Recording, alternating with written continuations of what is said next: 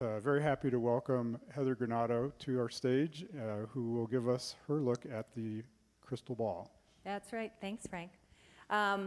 So when we were talking about this, Rick Polito and I are going to do the light and the dark, and he was like, oh, I'm going to wear all black, which is sort of his thing.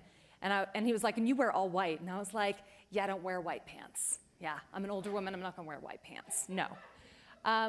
So Frank actually hired me right out of college. So it's been 26 years in the industry, and I am so fortunate to have done this for so long, to have found journalism and this industry together.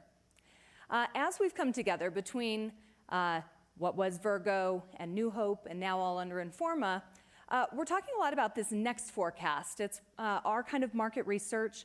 We're talking about cultural and macro trends that are really driving change. So, what I wanted to do was talk about some areas where we really see the opportunity. And I've been excited listening to all of these presentations because you're going to see them all come back in here, as this is where we as an industry have such a great opportunity for the next few years to drive things forward. So obviously you've got the millennials. We're going to talk about demographics a little bit. It's a quarter of the population. They have $10 trillion in lifetime buying power. But when we talk about millennials, we're saying, millennials, they're ages 18 to 35. They've got a lot of different life experiences.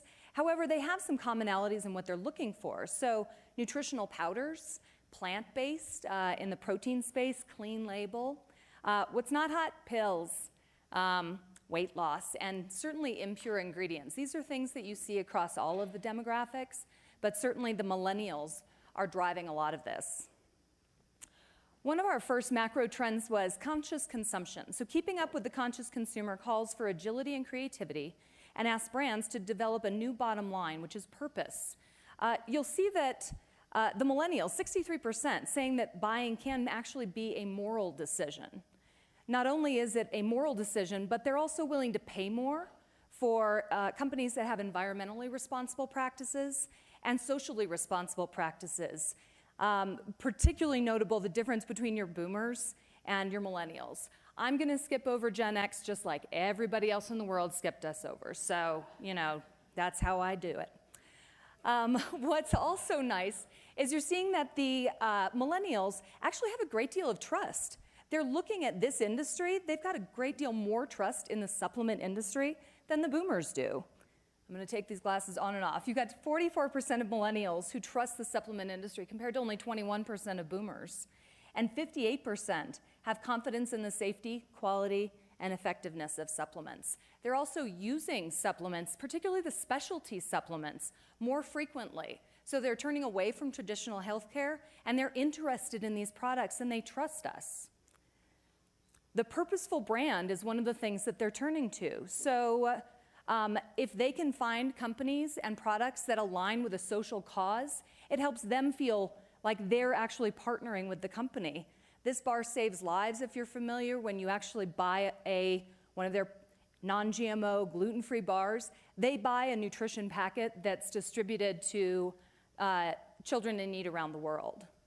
Unilever launching Growing Roots, which is supporting urban farming, and they actually have a multi-year commitment to urban farming initiatives. Lots of other purposeful brands. The Good Spread is one, again, where you're buying this and then they're giving back to people in need. But it's not just the millennials. Wellness is evolving from prevention to optimization. As Stephen pointed out, you've got nutrition, sleep, mindfulness, and fitness. And this is going to that older population. So by 2030, you'll have almost 1 billion people age 65 plus. And they're not anti-aging. They want healthy aging. Nobody wants to think of themselves as getting old. So it's pro-age. It's empowering them. You're not rescuing them from something. You're giving them ways to be better for longer. You're normalizing that aging is a normal thing. We're all doing it. So that's just helping them along their journey. And they're making it aspirational. You got Age Perfect or Dove. These are brands that are really talking about pro-age, not anti. So making ingredients easy to consume is something we've seen for a long while. And it's particularly important for that older demographic. You've got bone broth, which everybody has been talking about, high protein and collagen for your joints. The number of products incorporating collagen at Expo West in 2017 grew to 25 products, up from only 2 in 2013. And certainly turmeric, which we'll look at a little bit later as well, is being integrated into these easier to consume products. The next thing to talk about is technology and transparency, macro trend erosion of trust.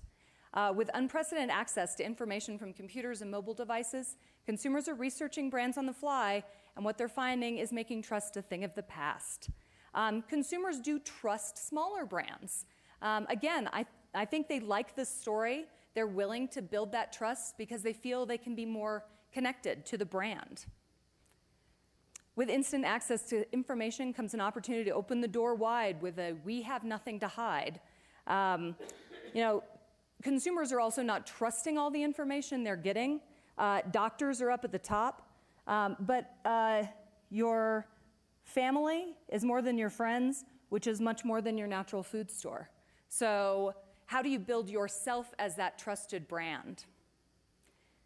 What a lot of companies are doing is more transparency. So Gaia rolled out that Meet Your Herbs program years ago, and that was so innovative if you remember when it launched. And now I'm like, that's something that everybody should have that ability to really trace all the way back. We're launching an initiative at Supply Side West connected with our Escabona brand, so talking about the good food movement. We've started telling some of these stories on the Natural Products Insider and New Hope websites. So Alter Eco, you turn their package around and you actually see the picture of the farmers or the cooperative where they're sourcing the cocoa. So helping the consumers understand all the way back to where the ingredients start. Clean Label is giving rise to traceable, and mainstream companies are getting into it, like Kellogg buying RX Bar in this $600 million deal. They're looking to bring good food to more people, and Kellogg is certainly looking to add that into their own portfolio.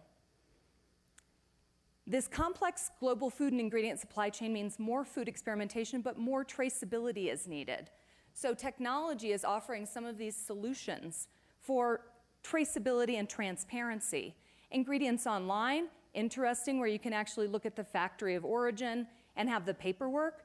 You've got Vitature, which Michelle talked earlier about what they're doing, the connection with Arizona Nutritional Supplements and the Amazon Elements line. So starting to talk a little bit about not all of these brands that you see on the shelf, they didn't make all their products themselves. Contract manufacturers, can we get a little bit more transparent about this?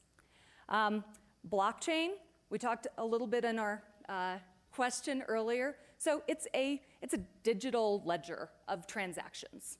Started really more from the money, but you're seeing the application come in from a supply chain aspect, the Regen network, which was actually mentioned in the previous conversation as well. You also look to shorten your supply chain. So companies are getting more vertically integrated. Purus is supplying farmers with seed and support for the non-GMO crops and then buying back those ingredients. Kaibe is ethical sourcing of baobab directly from the farmers. And Takimai, really working with their farmers on the kava side. Personalized nutrition. Great opportunity for natural nutrition makers to capitalize on the fact that not only is every consumer different, but catering to the differences can pay off. It's really based around information. So as you're connecting with consumers, can you help them figure out what it means to them specifically? Ubiome I had in here. I know that Stephen had a number of examples as well.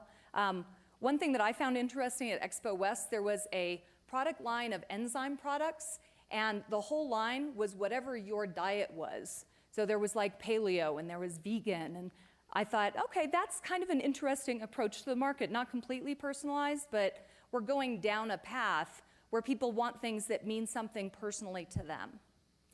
Of course, if you go way back, then you've got sort of the original personalized nutrition, something like Ayurveda. So as we look to ancient wisdom, these past cultures that inform our modern eating habits.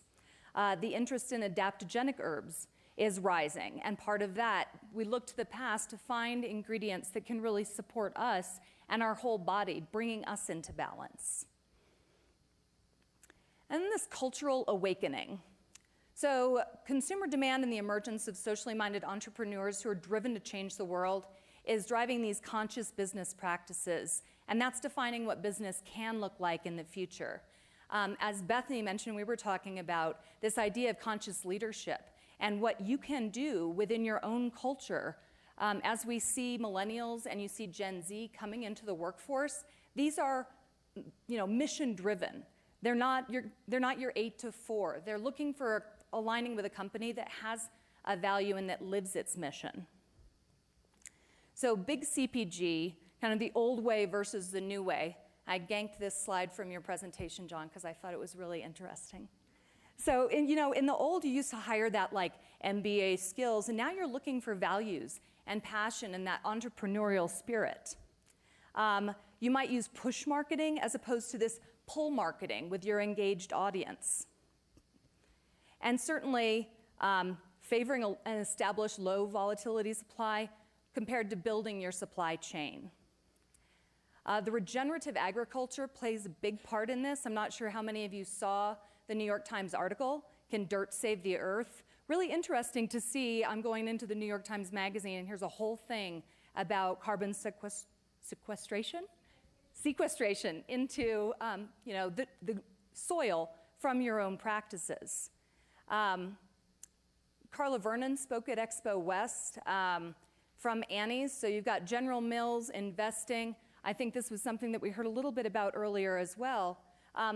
General Mills announced a strategic sourcing agreement to convert 34,000 acres of conventional farmland to certified organic by 2020.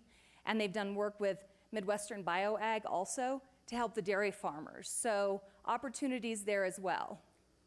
Trend of regeneration, again, carbon underground. Thank you so much, Bethany, for that discussion.